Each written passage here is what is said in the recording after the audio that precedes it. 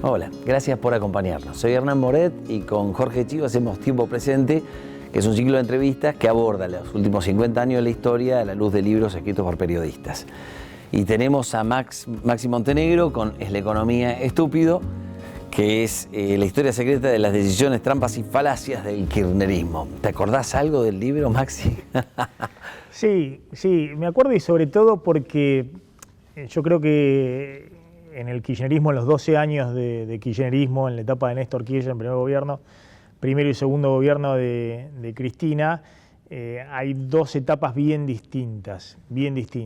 Hay una primera etapa en la cual la Argentina salía de una mega crisis del 2001, el estallido de la convertibilidad, y la verdad que fue una salida, obviamente como todas las crisis terribles como fue esa, una salida que al principio fue muy desordenada, sobre todo porque la convertibilidad había sido un chaleco de fuerza, no solamente cambiario, sino la ley de convertibilidad, todo el sistema financiero dolarizado con dólares que no habían en las reservas del Banco Central.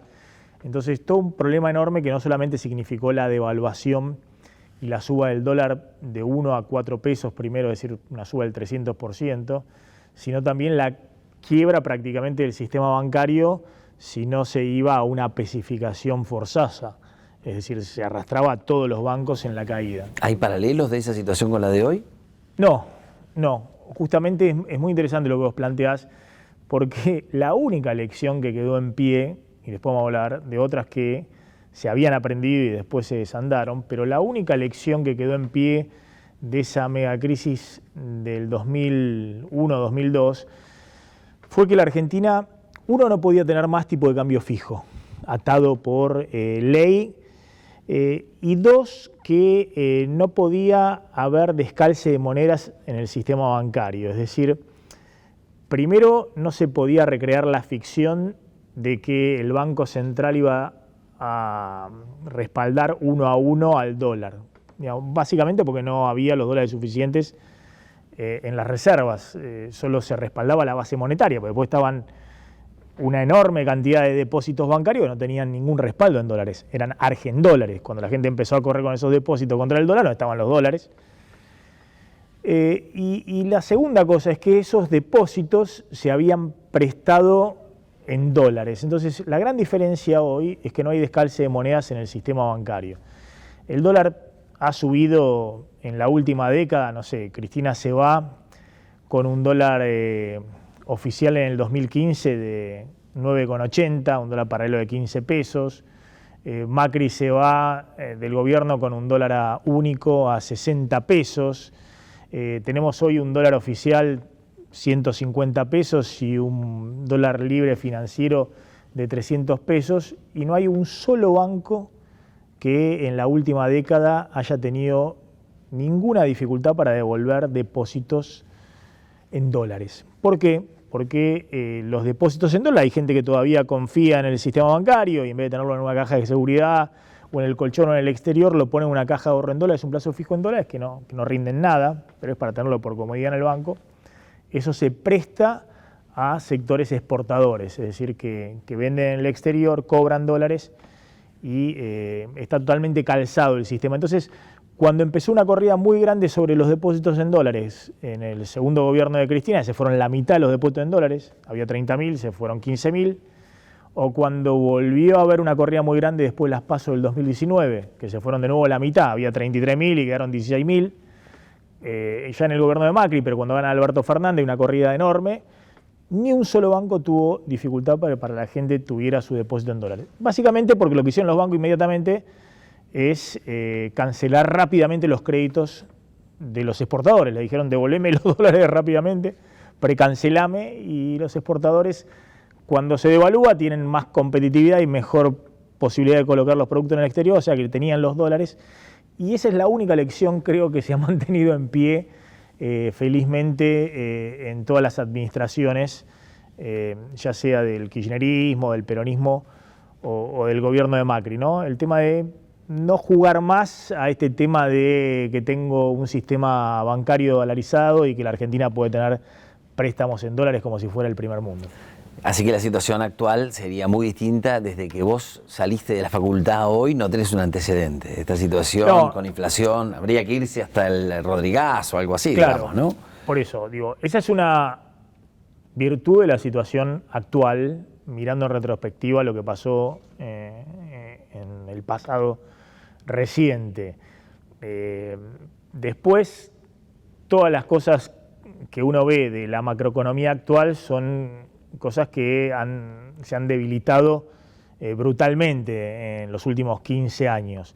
Por eso decía, volviendo a la etapa del kirchnerismo, el kirchnerismo tuvo una primera etapa, 2003-2007, una etapa muy virtuosa en términos de equilibrios macro que se lograron solos en la economía a partir del superávit fiscal, el superávit comercial, que hizo obviamente la mega devaluación, la recesión enorme post-estallido de la convertibilidad. Todo eso generó que rápidamente, con un dólar real muy alto, con un dólar promedio a valores de hoy de 270, 280 pesos único y un dólar libre, el mercado único de cambios, la Argentina tuviera una expansión exportadora grande, que hubiera una protección natural para la producción nacional, un superávit comercial que rápidamente el Banco Central fue acumulando genuinamente esas reservas. ¿Y por qué se pierden esos superávit para vos?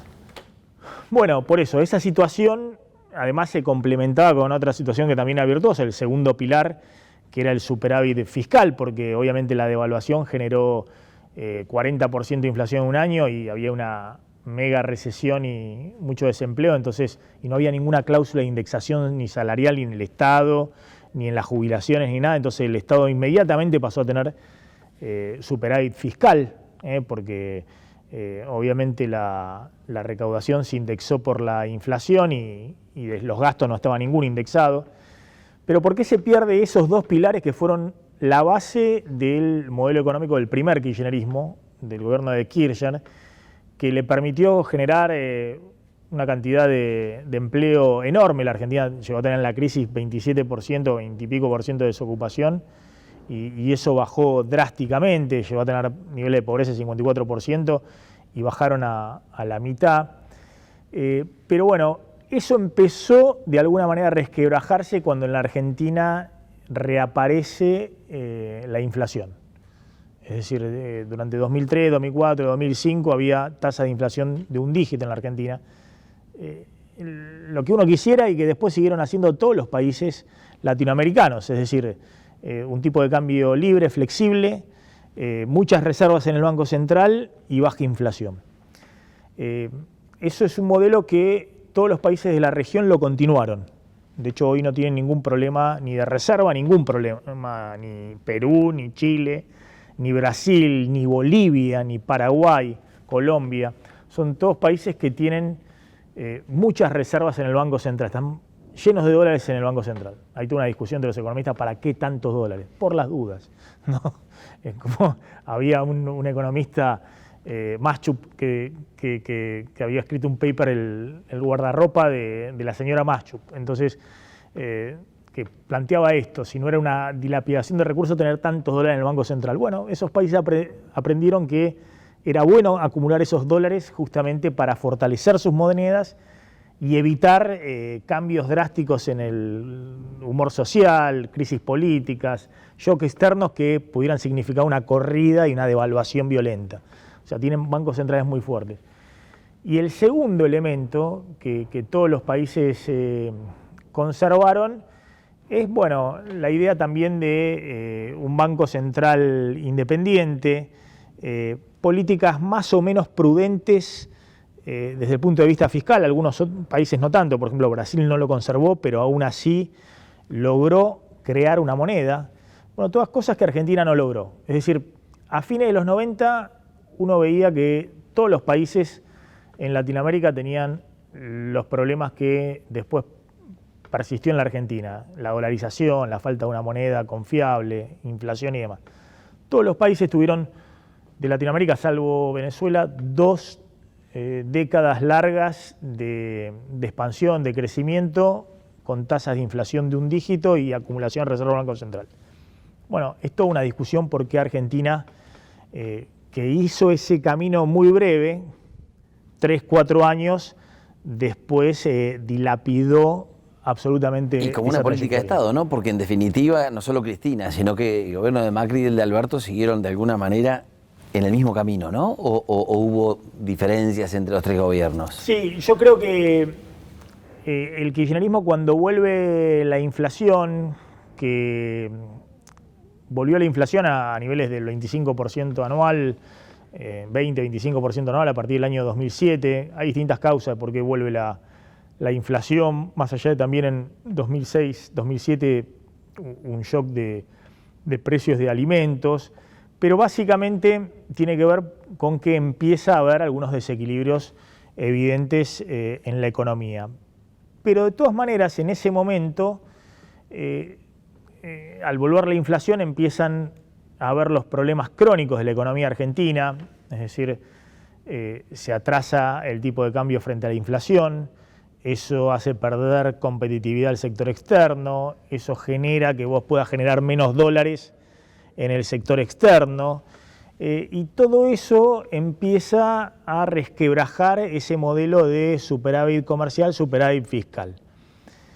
Y en algún momento esa pérdida de competitividad también genera de que no se empiezan a generar puestos de trabajo, entonces el hacedor de política económica, si tiene una visión más de largo plazo, dice restablezco los equilibrios y logro que la economía siga fortaleciéndose. Y yo creo que el kirchnerismo tuvo una discusión interna grande y terminó optando por metamos la mano en todos los sectores. Y eso le generó de que si no se empezaba a crear empleo a partir del 2008-2009, bueno, hagamos una expansión enorme del gasto público para generar una red social de contención social o tratar de estimular a ciertos sectores con subsidios muy grandes. Pongámosle plata directa a sectores de clase media atrasando las tarifas o atrasando el tipo de cambio. Demos también una sensación de poder adquisitivo como en los 90 en dólares grande, entonces explotan los viajes al exterior. Es decir, toda una serie de desequilibrios que parten de la concepción errónea de que vos podés, cuando empezás a tener desequilibrios macroeconómicos, toquetear de un lado, toquetear del otro y que pero en definitiva en el agregado podés corregir las cosas. En definitiva estuvo presente siempre, en tu libro vos lo planteas muy claro, ese deseo de apropiación de la economía cuando ellos asumen, digamos, ¿no?, de meterse en algunos sectores, no tanto quizás para sacar impuestos, sino que en su momento pisar las tarifas de un sector, intervenir, dirigir la economía sectorial, ¿no? Pareció una constante en el gobierno de Néstor. Yo lo que estoy planteando es, cuando uno tiene una macro ordenada, es decir, cuando uno puede... hay distintos modelos en el mundo, más intervencionistas. Es mentira, digamos, esto de que los modelos exitosos son los modelos ultraliberales y demás. Todo lo que se plantea de la escuela austríaca y demás es el margen de la academia en Estados Unidos, que es la academia más importante en economía en el mundo, digamos. Son sectores minúsculos en la academia norteamericana, digamos. El mainstream de la academia norteamericana ha sido durante 40, 50 años, post Segunda Guerra Mundial, el keynesianismo, y después, a partir de la crisis del petróleo en los 70, el monetarismo, Friedman. Es decir, esas han sido las dos grandes escuelas. El keynesianismo que generó la expansión económica más prolongada de la posguerra y era la receta de todos los países centrales, empezando por Estados Unidos, con más intervencionismo estatal e intervención del Estado en el ciclo económico. Y el monetarismo a partir de la crisis del petróleo, que plantea algo que era inédito en la economía capitalista, que era que vos tuvieras recesión con inflación, ¿no?, a partir del shock de los precios del petróleo. Entonces, ahí hay de nuevo una etapa larga donde Friedman, ¿no?, la escuela austríaca, Friedman plantea una serie de reglas económicas que después se establecen en gran parte del mundo capitalista.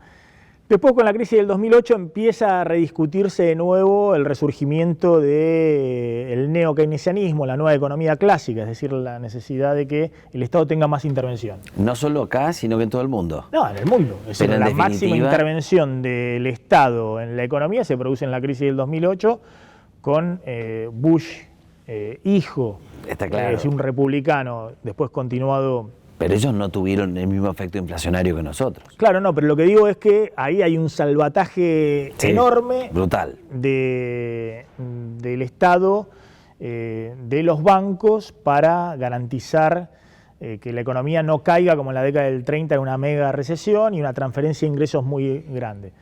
Lo mismo, digamos, en la pandemia. No está la discusión y más allá de eso, digamos, de la intervención que obviamente de los estados, que ha sido muy grande en los últimos años, lo que yo planteo es todas las economías tratan de tener una macro ordenada. Después hay distintos modelos de desarrollo. Los modelos de desarrollo pueden ser más o menos intervencionistas. Los modelos exitosos que hemos visto de desarrollo reciente, todo el sudeste asiático, obviamente China, son modelos muy intervencionistas y además muy autoritarios, digamos, que no eran modelos democráticos, hasta Corea del Sur. A veces se habla de Corea del Sur, Corea del Norte. Corea del Sur fue un modelo de intervención estatal muy grande con empresas estatales que después se volvió más liberal, pero era o Singapur, es decir, modelos muy intervencionistas. Después están los modelos escandinavos, los modelos donde también hay una presencia más grande del Estado. Después está Estados Unidos, que es un modelo mucho más liberal. Inglaterra, después de la era Thatcher, ¿no? Con el reaganismo en Estados Unidos. Es decir, se puede tener cualquier modelo. Lo que no se puede tener es una economía totalmente desordenada, que no acepte los preceptos básicos digamos del que orden si tiene económico. Un modelo u otro, claro. No puedes mezclarlos. Y yo creo que el gran error del kirchnerismo fue confundir lo que son los modelos económicos con la macroeconomía. Es decir, la macroeconomía a veces te permite hacer algunas cosas, otras veces te permite hacer otras cosas. Lo que sí es que cuando vos te gastás, como hizo el kirchnerismo, primero el superávit comercial, después el superávit fiscal, después las reservas del Banco Central. Bueno, es cierto que llegó Macri y se gastó la posibilidad de tomar endeudamiento externo, porque Argentina fue el país que más emitió deuda en los mercados de capitales internacionales en 2 años, 2016 y 2017. Pero cuando se te acaban todos esos colchones, empieza a haber trade-off o intercambios permanentes donde vos tratás de arreglar algo y se te desequilibra otra cosa. Entonces empezás a tomar opciones entre escenarios pésimos, muy malos, y en última instancia no te estás dando cuenta de que tenés que ordenar la macro, porque no tenés ningún modelo. Al final no sos un modelo más intervencionista, un modelo liberal, lo que sos la crisis permanente, el desorden. La idea de tengo inflaciones primero del 25, después del 50, ahora del 100%. Eso es inmanejable. No hay un modelo económico atrás. Lo que hay es un fracaso enorme. Y por eso es interesante cuando vos planteás revisar qué ha pasado en esa década del kirchnerismo. Yo creo que se perdió una oportunidad enorme de ordenar la macro y después, bueno, aplicar el modelo que uno quería. Si era más intervencionista o más liberal, y que pueda haber, si se quiere, algún tipo de alternancia política respecto a eso. Pero la macro tiene que estar ordenada. Vos lo llamás una épica de la irresponsabilidad cuando hablas de la imprevisión, de la improvisación, cuando hablas de la 125, eso que fue el gran conflicto con el campo, también un conflicto medio suicida, ¿no? Porque en definitiva eran las máquinas de hacer dólares, ¿no? Entonces, Mirá, recordando ahí en el libro, yo cuento algunos ejemplos de la imprevisión, ¿no? El kirchnerismo pone el cepo en el 2011 y se da cuenta que se le acaban las reservas del Banco Central cuando entre el 2003 y el 2009-2010 hubo una transferencia de utilidades al exterior de empresas multinacionales que fue mucho mayor de la que hubo en la convertibilidad, con un tipo de cambio real mucho más alto, es decir, costaba mucho más comprar $1 entre el 2003 y fundamentalmente el 2007-2008 que en la convertibilidad del 1 a 1 con un tipo de cambio súper atrasado. Y sin embargo, una transferencia de utilidades muy grande, es decir, las empresas hicieron muchos negocios, una economía que crecía, que se generaba empleo, que generaba oportunidades, pero también que generaba una gran cantidad de dólares.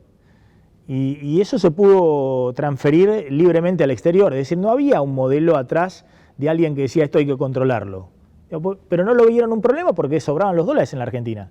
Era una época donde Redrado, presidente del Banco Central, aplicaba normas para que los que traen los dólares del exterior, por ejemplo el sector cerealero, no te liquidara inmediatamente los dólares, porque si no te tiraba para abajo el dólar, por de tantos dólares que había. Primer ejemplo de imprevisión total. Se desesperaron y parecieron que eran socialistas o intervenían en todo lado. No, es que se desesperaron por los dólares, se dieron cuenta de que se les acabaron los dólares en 2011. Segundo ejemplo, vos contás la 125. La 125 es la contracara de un error groserísimo que fue mantener congeladas tarifas de servicios públicos con subsidios a partir del año 2005. 2005-2006. Bueno, uno dice, las empresas de servicios públicos privatizados habían ganado muchísima plata en los 90, con el 1 a 1, ganaban como si fueran dólares en la ficción del 1 a 1. Hicieron grandes inversiones con tasas de retorno importantes. Está bien, hubo crisis en el 2002, 2 o 3 años vos podías tener un colchón ahí de inversión y de tarifas que le permitiera a la clase media o a ciertos sectores recomponer ingresos. Pero hubo un momento que era ridículo seguir manteniendo congeladas esas tarifas. Y además eso tenía un costo, básicamente los subsidios energéticos, que empezaron a explotar. Y eso fue comiendo gran parte del superávit comercial, perdón, del superávit fiscal, es decir, de las cuentas públicas. Y ante esa situación, esto lo cuenta Labaña, que fue uno de los que inicialmente quiso descongelar temas tarifas para no hacer esta bola de subsidios económicos. Después lo cuenta el propio Lustó, que fue protagonista de la 125. Y bueno, se dan cuenta que se viene un escenario muy complejo y buscan circunstancialmente un excedente fiscal de un sector que podía tener coyunturalmente, por precios internacionales y demás, una situación más holgada. Pero no había detrás planificación de nada, era la coyuntura que te quedaste sin el excedente fiscal. Y echar mano a lo que esté más fácil. Bueno, lo mismo pasó con la estatización de las AFJP. No es que había, es decir, el peronismo y así como había ocurrido con la privatización de YPF, había avalado la privatización de las jubilaciones, el sistema de AFJP. Pero eso salió en algún momento de la galera, donde después de la crisis de Lehman Brothers empiezan a hacerse notorios no solamente el problema de la falta de dólares, sino también que tenías un problema de desequilibrio fiscal grande y no había fuentes de financiamiento. Entonces, bueno, el entonces titular del ANSES, Amado Boudou, que fue después ministro de Economía, tiene esta idea de directamente usar el fondo de las AFJP y estatizarlas para tirar unos años más. Y yo creo que el kirchnerismo fue a partir del año 2008, 2009, eso, digamos, usar distintas cajas, las AFJP, las reservas del Banco Central, medidas espasmódicas para tratar de llevar adelante algo que estaba totalmente agotado. Déjame redondear un poquito una última pregunta. El modelo entonces está agotado. ¿Tiene solución? ¿Hacia dónde? De nuevo, no el modelo, sino esta idea de que la Argentina, sobre todo que no tiene moneda, debo decir algo respecto a la moneda, pero la Argentina no ha tenido nunca una moneda. Es decir, no ha logrado consolidar una moneda, a diferencia de otros países, no ha logrado consolidar una moneda. Yo nací en el 70 y desde entonces se extinguieron 4 monedas, ¿no? el peso moneda nacional, la de Roca en 1881. Después de eso vino el peso ley, el peso argentino, el austral, y ahora estamos con el peso desde el 91. Sin contar las cuasimonedas, ¿no? Sin contar en el 2002 las cuasimonedas. Le quitamos 13 ceros a las monedas, ¿no? El dólar es un dólar hace 230 años. Es el mismo dólar, no tiene el mismo poder de compra, pero es el mismo dólar. Nosotros vamos por la quinta moneda y tiene riesgo de extinguirse. Entonces, volviendo a lo que vos preguntabas, yo creo que el problema no es, la Argentina no ha logrado definir cuál es el modelo, porque todavía no ordenó la macro, y no va a ordenar la macro mientras no tenga moneda. Todos los países que han tenido resultados exitosos en las últimas décadas no han inventado, digamos, la pólvora. Tienen dólares o una divisa fuerte acumulada en el Banco Central, tienen tipos de cambio flexibles para amortiguar los ciclos externos y tienen cuentas fiscales ordenadas, y con eso tienen una moneda. Y con esa moneda, bueno, se manejan, algunos ahorran, otros hacen transacciones. Me parece que el paso previo que tiene la Argentina para después definir cuál va a ser el modelo de desarrollo, yo creo que la Argentina tiene potencialidades enormes en el sector agroindustrial, en la minería, en la economía del conocimiento, en los laboratorios. La verdad que la Argentina es uno de los países subdesarrollados que más diversidad y potencial tiene en distintos sectores que, sobre todo en el caso energético y en el sector alimentario, son las demandas principales hoy del mundo. Pero primero tiene que ordenar su macroeconomía. Es decir, y para eso necesita una moneda. Claro, no tiene que estar perdiendo el tiempo de todos los gobiernos y de todos los ciudadanos para ver cómo refugian mínimamente sus ahorros o cómo hacen para no fundirse cuando tienen un negocio brillante por delante. Entonces, una vez que despejemos eso, que es algo muy sencillo, si hay un consenso político de qué debe hacerse, y por eso creo que el problema no es económico, sino fundamentalmente político, bueno, después habrá que discutir hacia dónde se quiere ir. Impecable. Así que con esa conclusión, te agradecemos muchísimo que hayas estado con nosotros y le agradecemos a la gente también que nos haya seguido hasta acá. Y yo lo que te voy a pedir es que me firmes el libro, que es la manera en que cerramos la entrevista. Cómo no. Hernán, gracias a ustedes. La verdad que un gusto